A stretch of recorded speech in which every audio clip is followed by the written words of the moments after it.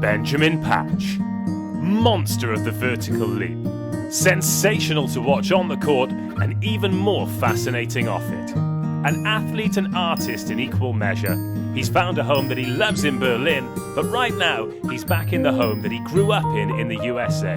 So I called to check in and see how he's passing the time. Benjamin, hello. Hey. Oh, that's good news. You can hear me. Yeah. Right, mate. I am at home and I'm on lockdown and I'm bored. So I'm calling people to spread a little bit of love and happiness and to get some positivity. And I think you're just the man to give it to me. So how are you doing? Hate to disappoint you. I'm deeply depressed. I don't know what's worse, the fact that you've told me you're deeply depressed or the fact that I thought that was funny enough to laugh out loud. Yeah. So quarantine has ruined my jokes and all sense of humor. Thank you. I'm really happy to be here with you. Good. You say be here. Where is here for you at the moment? Here is, I'm held against my will in Salt Lake City, Utah. Been put in timeout in this my parents' upstairs. And I'm in the US. So you're back home with mum and dad, though. That's quite nice, isn't it? Yeah, it's kind of a bit of an identity crisis, isn't it? Like living with your parents again. I'm like waking up, making oats for mom, and mom made a smoothie. I'm like, what is life right now? I was just in dance mode in Berlin. Oh yeah. The thing is, though, that you have been living in one of the coolest cities on planet Earth, Berlin. What's that been like? I really don't know how to canonize my experience in Berlin because it is completely transformed my life and transformed who I am. It's made me who I am, honestly. Wow. The environment is such a free loving city, and obviously given the history, I think they really purposefully try to push acceptance and push diversity and push out any type of ignorance. And so it's such a perfect city for me because my whole life I've just been I don't really fit in somewhere because I don't want to fit in one group. I don't want people to think one way. And Berlin is I got there and I was just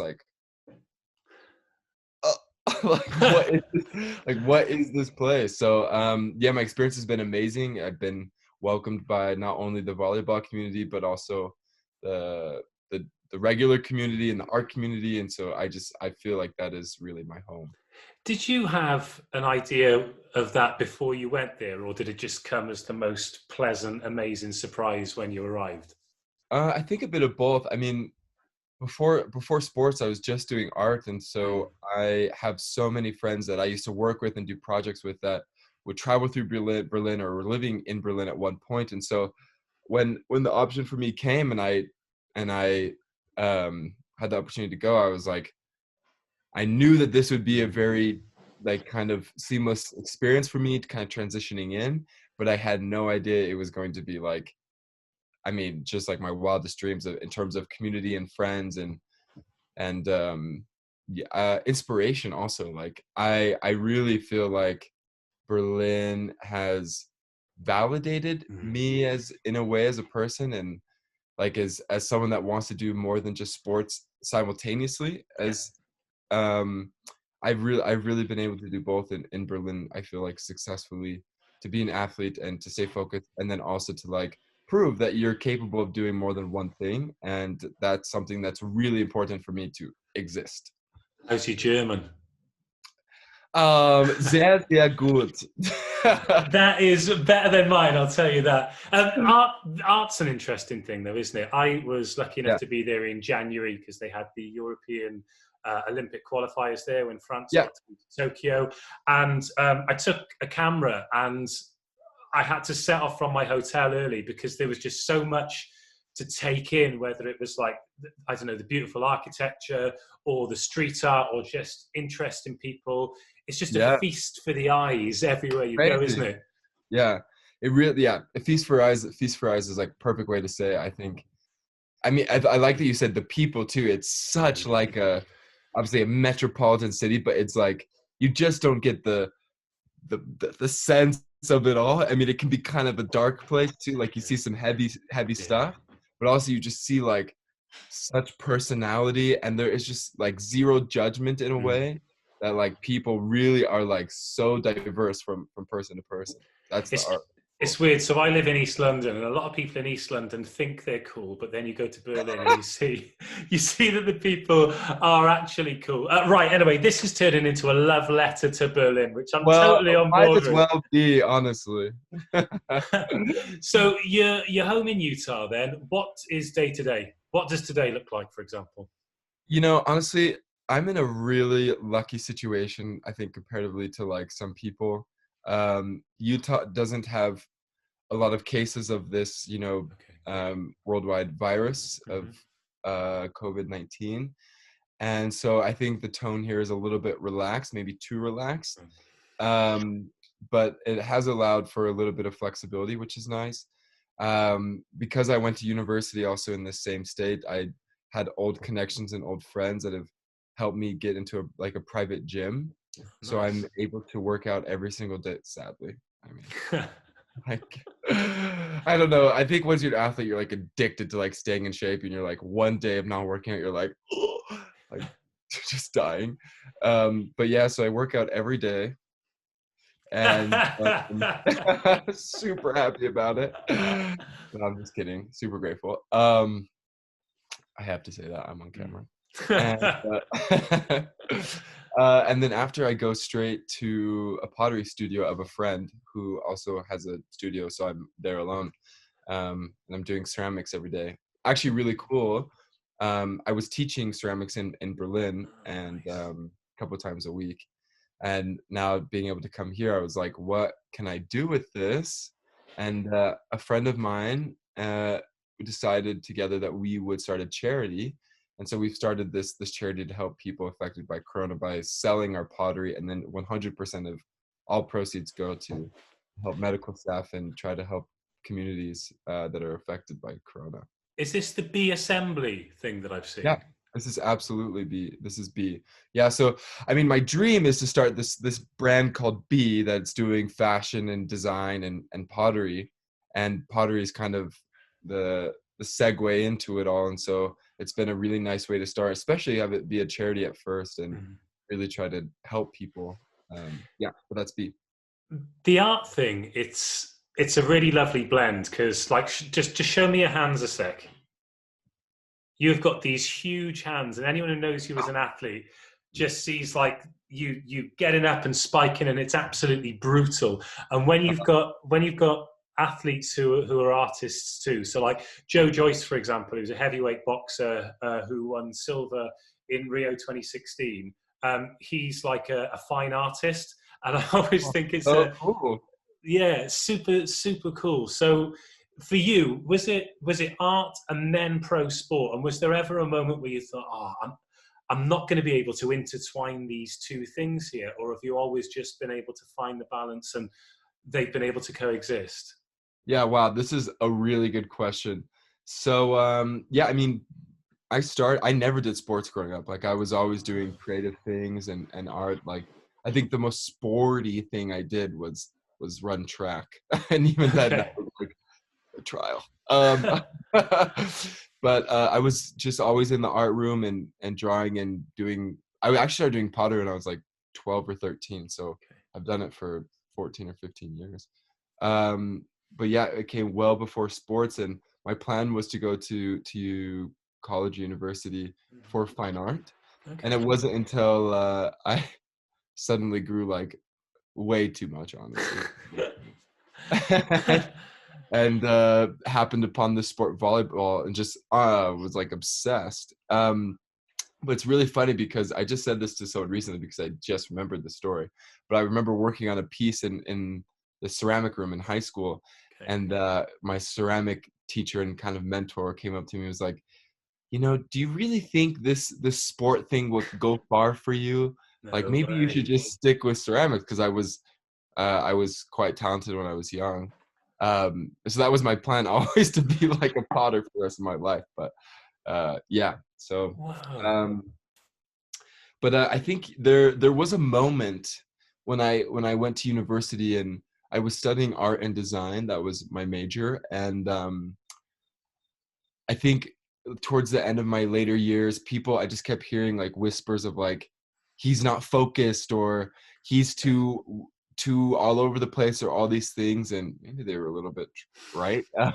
But and even and then I went to the national team after my last year with Brigham Young University, and some of the guys there honestly were like, he's not focused, he's doing photography and all these other things. And I really struggled with it at first, because I lost myself, I think, for about a year, where I was like, I have to be what they want me to be. If I'm going to be on the national team, I don't want to get kicked off. I want to go to the Olympics. And so the only way to do it is to conform. And then I was really unhappy, and I wasn't playing well, and I was not in a good place. And it wasn't until I just like totally realized that there's no point in being anything but yourself, and like totally just started doing art. And yeah, again, if it's not fun, there's no point. Yeah, and it's like there's so much, I think, to be said about diversity in yourself and how that translates to other parts of your life. Like, I play better when I am involved in other things. Like, I think why I've been successful in Berlin is because I have things to like relax my mind, to refresh, to rejuvenate. And if I don't have those things, it's like your mind is so consumed with one thing. It's not healthy for anyone, honestly. So with the photography then, Yeah. what do you most enjoy taking pictures of? Yeah, I mean, I was for like 4 years like a successful wedding photographer. But I mean, I wouldn't really even count myself as a photographer, really, as like a director, or like kind of I don't know, designer kind of, because I mean, it's easy to take pictures digitally. I think what I really enjoyed doing was like the styling and directing part of the couples, and I think that's why I was successful. But yeah, I was doing photography for a while. Do you think it's all about people then? Yes, man. I mean, Yes. this life is all about people. It's all about love. It's all about empathy. It's all about connection. And I think obviously not everyone has the capability, or the I don't want to say, yeah, capability to like really connect with people, and that's okay. But I do think the sooner that people realize it's about love and connecting with one another, I think that's the real goal of this life. So, and if any medium or facet you can do that, I think is important. That's why I've really loved having these chats, actually, because there'll be people who watch this, volleyball fans who've seen you in the Champions League or followed you in the German competition, or watched you as an American fan in that USA jersey. And just to have the opportunity to get to hear from somebody outside of that very focused, right, it's game day, and maybe you'd see somebody after a game and they'd take a selfie or sign an autograph or something like that, but there are human beings in the jerseys and the numbers. Yeah, totally. I'm like, I mean, I think probably back in the day, meaning like the 80s and 90s, athletes were groomed to only think and do and react. If a coach said something, you don't question that.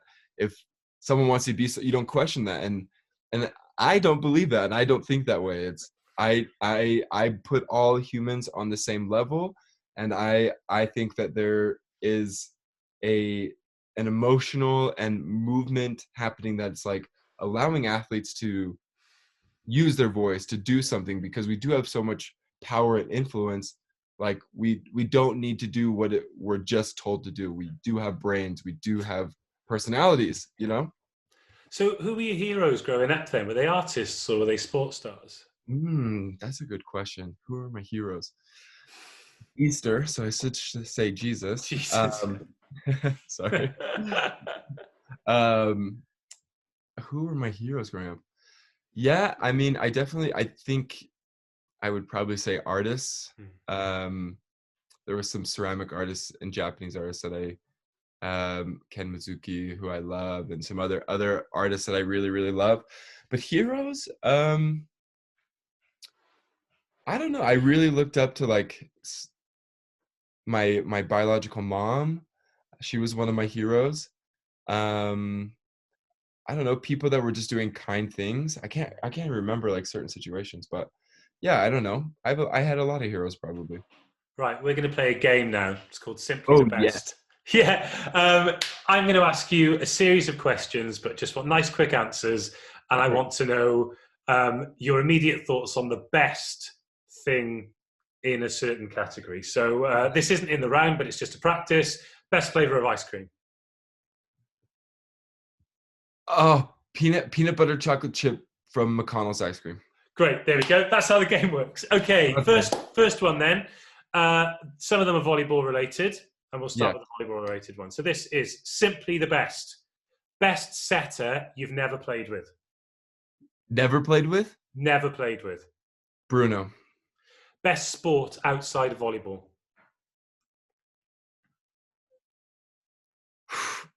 Dancing.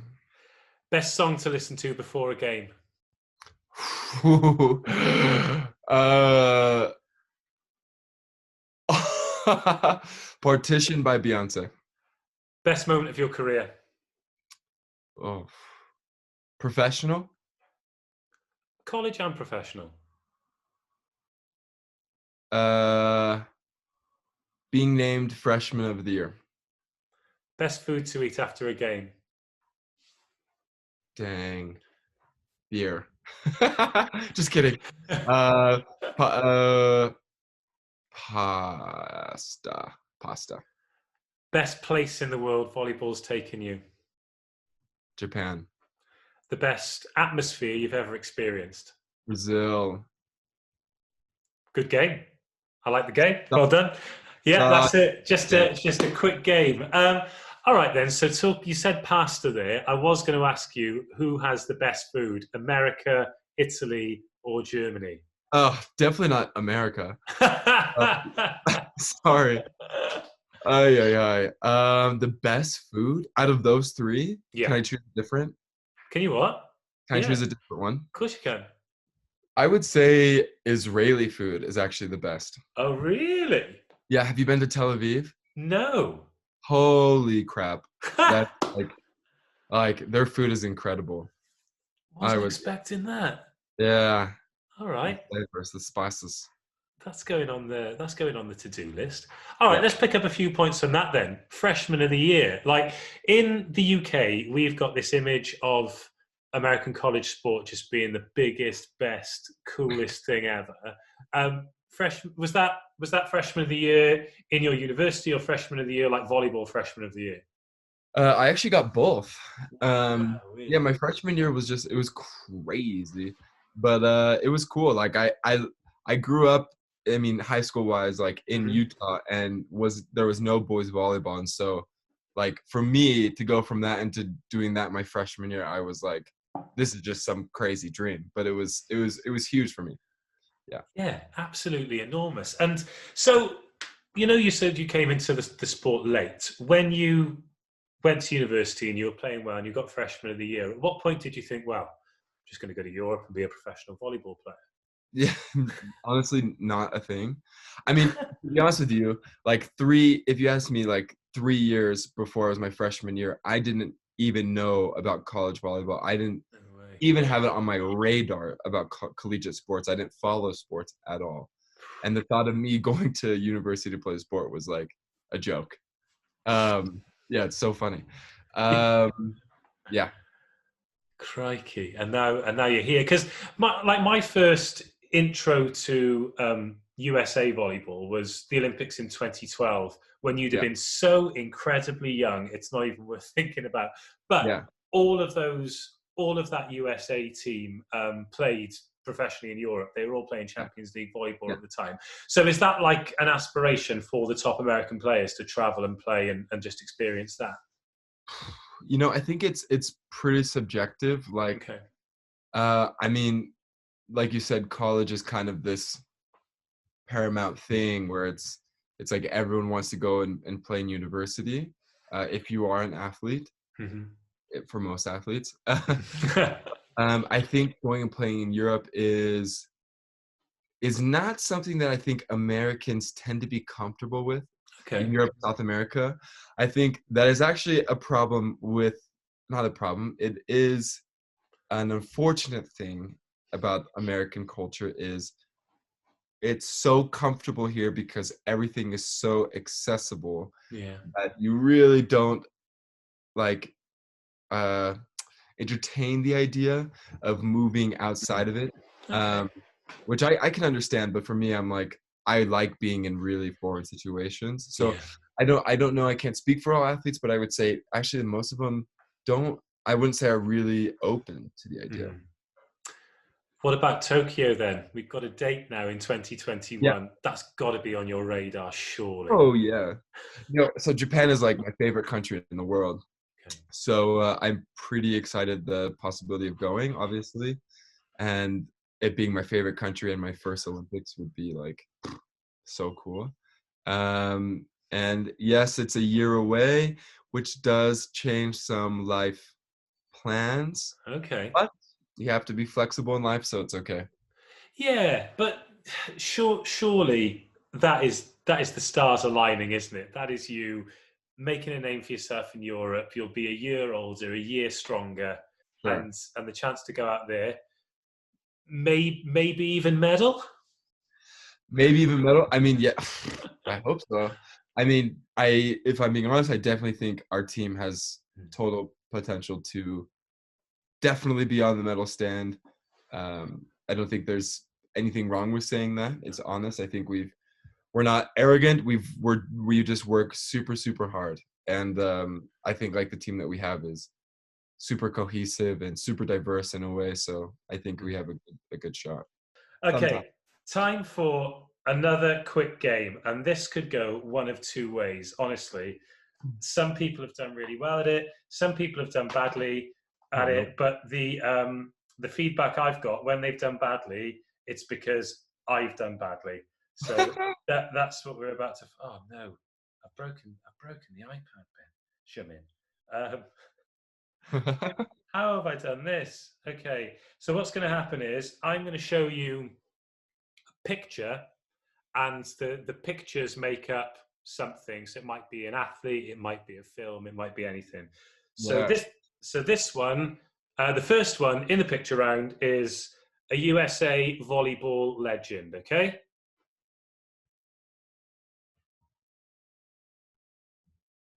Uh, Clayton Stanley. Clayton Stanley. Yes, number one.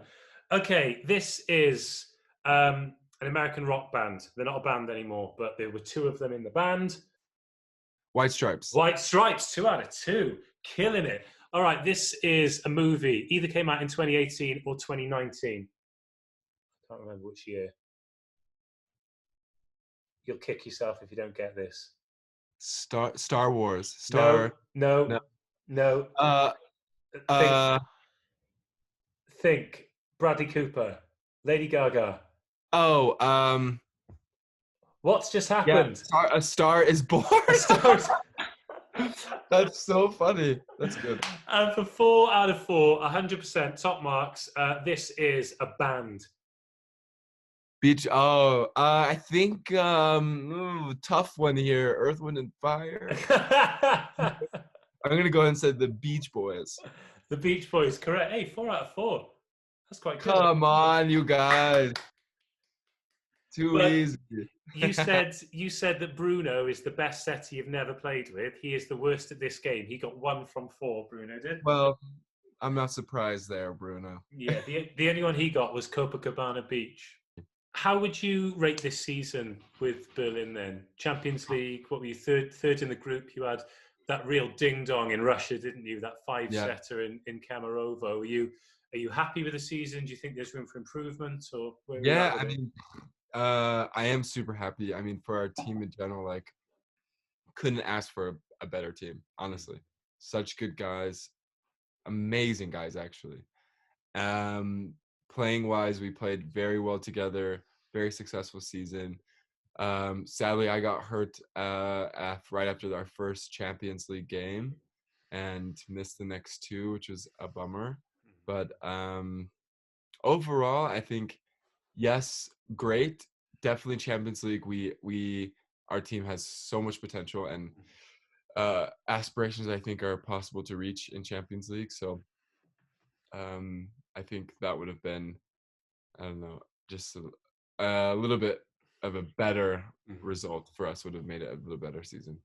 What's the Champions League like to play in? Because I suppose you've been, I'm not going to say lucky, because when you're an athlete, you get what you deserve. But you've obviously had the amazing atmospheres in college days. Then you play in Italy. Then you go to Berlin, who have arguably got the best crowd in all of the Champions League. What are those Champions League nights like from your perspective? Yeah, I mean, obviously Berlin was my first going to Berlin was my first experience playing in Champions League. I didn't really know, honestly, what Champions League was, but Okay. it's Your house isn't on fire, is it? I just got a report. Hey Ben, got to evacuate again. And, yeah, I'm like, oh, here we go again. Yeah, so I mean, Champions League is a party, and in Berlin, in playing in Berlin in general, it's like a party always. But the Champions League games are super big deal to us, because it's a chance to have like really difficult competition, and you don't always get that in your normal league, in your normal season. So it's really fun to play high level teams, and you always have a crowd that's a little bit bigger and a little bit more energy. So I really look forward to the Champions League games for sure. Me too, mate. Going to cities and commentating and just seeing the best sport that you can. Really, it's unreal. Have you been to Berlin to watch? I've never done a recycling volleys game, but I was at the Max Schmelinghalle for the qualifiers, and I was supposed to be there for the super finals as well, and they're up in the air. But hopefully next year, when it's all back to normal, I'll be in Berlin for a recycling volleys game. I'll be like, hey Ben, show me what you're taking pictures of, and we'll do something fun. Easy. What are you looking forward to when this is all over and we can get back to normal? What are you really excited about? Going back to Berlin to get my stuff and just to maybe have a summer there. Oh, summer in Berlin. But you know what? This is a lovely way to end it, actually, because we bookended it with that Berlin love letter. And it's so nice to know that you have made the right decision and gone to the right place, because in some sports, I think some athletes might go for, I don't know, maybe they get a great paycheck, or maybe they think, oh, if I go to this city, I'm not happy and I can be more successful. But it sounds like you've managed to find the perfect fit for you right now, and that's really cool. Totally. Absolutely. Benjamin, you are a good man. I look forward to catching up with you soon. In the meantime, stay safe. See you, dude. Thank you. Cheers. Cheers, mate. Bye. And that was Benjamin Patch. What an awesome guy. I hope that conversation cheered you up as much as it cheered me up, because I felt amazing after that. Like, his positivity just shines through. Make sure you check out his Be Assemble Instagram page as well, all the pottery stuff. Of course, he mentioned all that great work he's doing for charity. Just another way that we can help each other out and get through this together. Just a reminder, make sure you check in with your friends and family as well. Make sure that they're doing okay. These are so much fun. Thank you so much for watching, and thank you for getting in touch as well. It's been great to meet so many of you. Keep your messages coming in if you just want to say hello, or if you want to let me know who you want me to speak to next on Unscripted. Likewise, if this is the first Unscripted you've ever watched, head over to the CEV Instagram and YouTube pages, and you can check out, who have we done? We've done Bella Hack, we've done Britt Herbot, we've done Giovanni Guidetti, just loads of brilliant people, and we've got loads more to come as well.